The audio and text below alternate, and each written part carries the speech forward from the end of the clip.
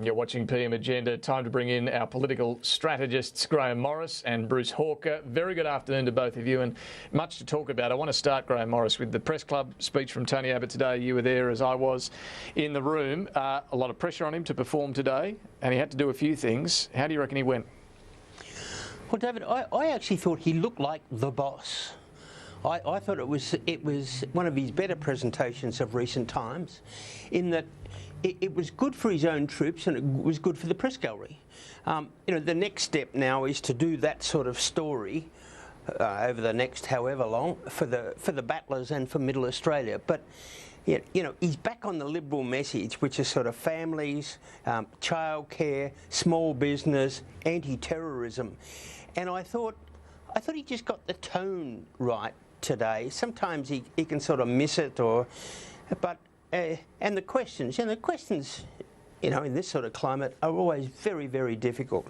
But I don't think there was too much there that he got to strive for. I thought he looked like the man, and there were a lot of his troops there, a lot of his cabinet members there, and they liked it too. Well, they certainly did, and I'll come back to the policy focus, and I think that's an interesting point, that he's getting back to perhaps the Liberal core base there on small business and families. But on the leadership questions, his position is very much, I'm not going anywhere. It's the Australian people who decide the Prime Minister, not the party room. So if you want to get rid of me, you're going to blast me out, but you shouldn't, because the Australian people decide who should be here. And Bruce, I'll get your thoughts on this too in a moment, because that was Kevin Rudd's line basically when he was under pressure. I'm not quite sure where that line came from, because it's true for one day, election day, that the people decide the Prime Minister. For the other 1,000 days between the election day, the party room decides and his colleagues decide. So it was the one thing that I thought, whoa, where'd that come from? Yeah. But you sort of understood what he meant, and the people, the people did decide they would like Tony Abbott as Prime Minister, but ultimately. Yeah. But what are they deciding right now?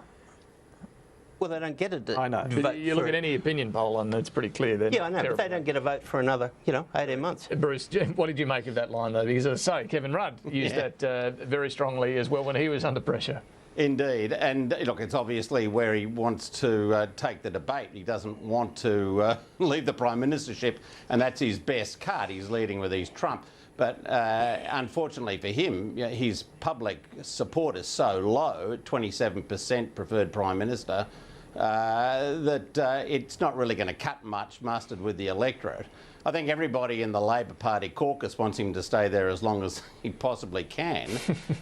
But ultimately, of course, as Grahame says, this will be a decision for his colleagues. He's probably ruining the fact that they didn't adopt Labor's reforms, so to give him some certainty in his Prime Ministership in the way in which Labor now has in its party rules. But as to the speech itself, I just thought it was a pitch to the caucus. And he didn't say anything really that was new in it. So if you're a waverer, the question you'd be asking yourself is, what is he telling me that gives me any comfort that he's not going to go and do another one of those crazy captain's picks and send us back into a slump again? That'd be the question I think backbenchers would be asking, and I don't think he gave them any comfort.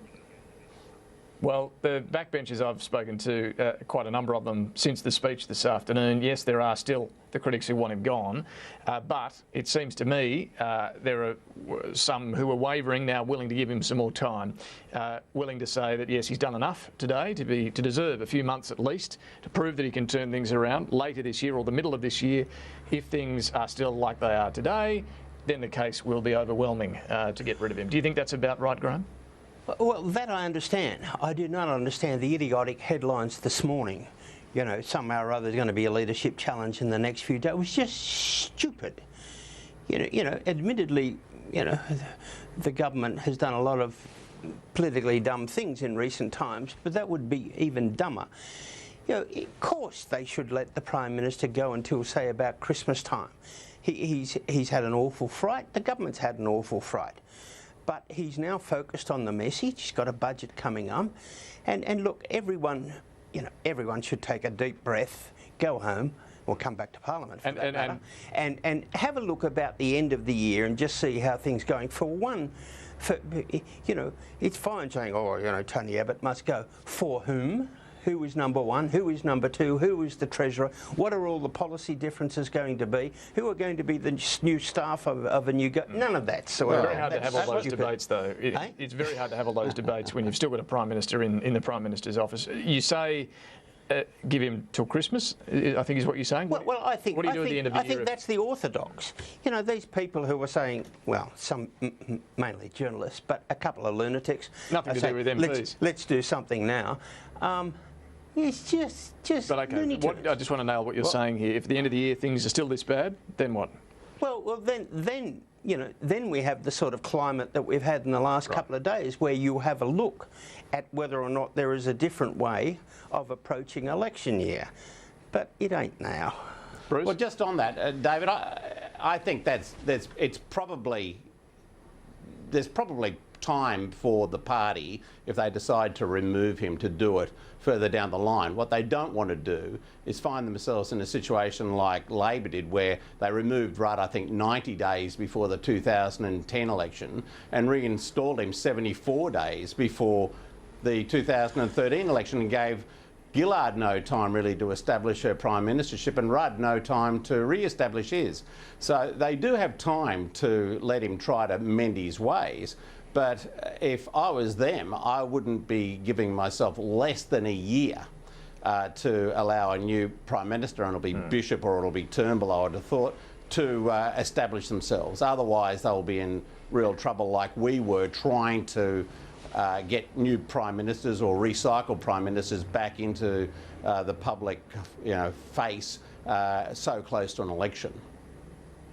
Yeah, you need time, and I think New South Wales is another good example of that, where Mike Baird has enough time and is showing what he can do with it and turning things around for the government. But that's the big if. If they're going to change, Tony Abbott, it seems, will have time to show that he can turn things around. What he did on policy today, Grahame, is really lay down some markers. Small business, we're going to try and do more for them, essentially on cutting taxes.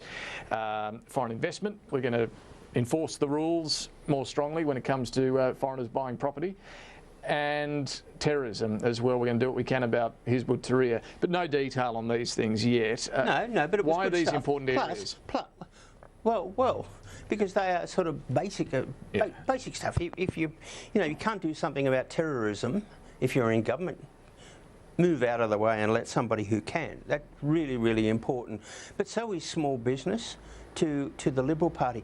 But the thing that I found really, really encouraging was when the Prime Minister, he ditched his paid parental leave thing, but he still focused. He didn't go to water. He didn't go to water in the economy. He didn't go to water on childcare, and he's going to have a childcare package.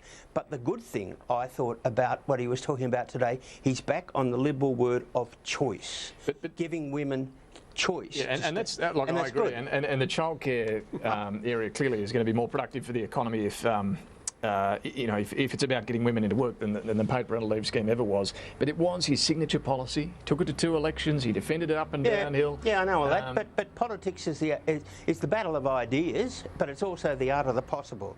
The Senate. Does it look like he's only dumped it because there's a gun at his head? No. Look, the Senate was going to blow it up. Some of his own colleagues didn't like it, but now he's going to have a look a different way. And if you're going to get rid of it, do you agree with the big business community? We're all saying, well, hang on. If you're going to get rid of it, get rid of our levy, please, that was going to pay for it. Yeah. But look, we all know it was a policy that was going nowhere. So why die in a ditch for something that's not going to get up? Come at it a different way. Offer women choice, a real choice on childcare, and that is good. But I think, as I said before, I think the whole tone of today was, yes, he has learnt something, but like any good leader, he didn't go to water, and many people thought he would. Bruce, I want to ask you, just quick on that, because I want to talk about Queensland too, but just what did you make of the policy shifts today from Tony Abbott? I'm sorry, say that again? Before we get to Queensland, what did you make of the policy shifts today, where the PM's now targeting, ditching PPL, but small business, childcare, some terrorism focus? No surprises there at all. He announced changes to paid parental leave before Christmas, and he's yet to enunciate what they're going to be. So we're all left with bated breath waiting to know what that is. Small business, yeah, he should be pitching the small business because they're the backbone of the economy.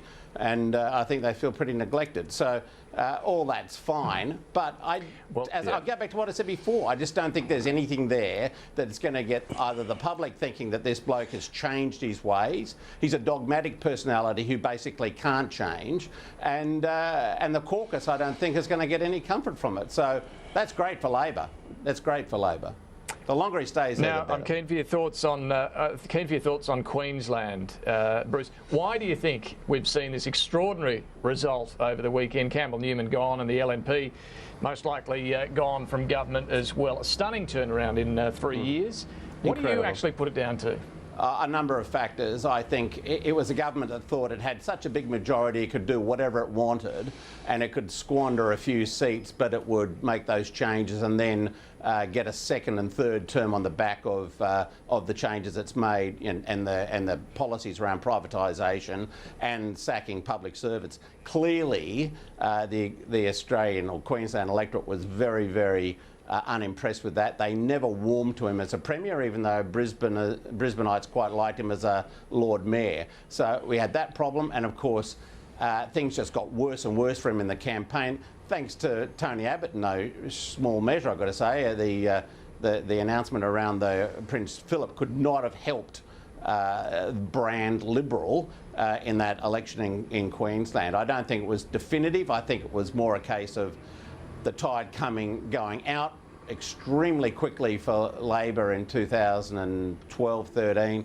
and coming back in really quickly for them this time around as a result of a very poor premiership.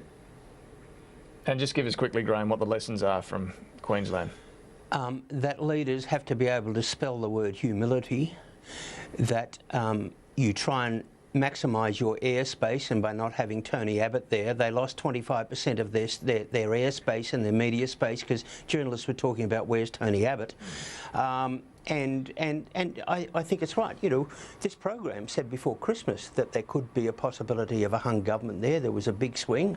That looks like it's, you know, you don't lecture people. You explain why you want to do it, what the benefits are to them. Not, hey, we're going to do this whether you like it or not. Humility, please. We got to go. Grahame Morris, Bruce Hawker, thank you both very much. I like the beard, Bruce. I reckon you keep it.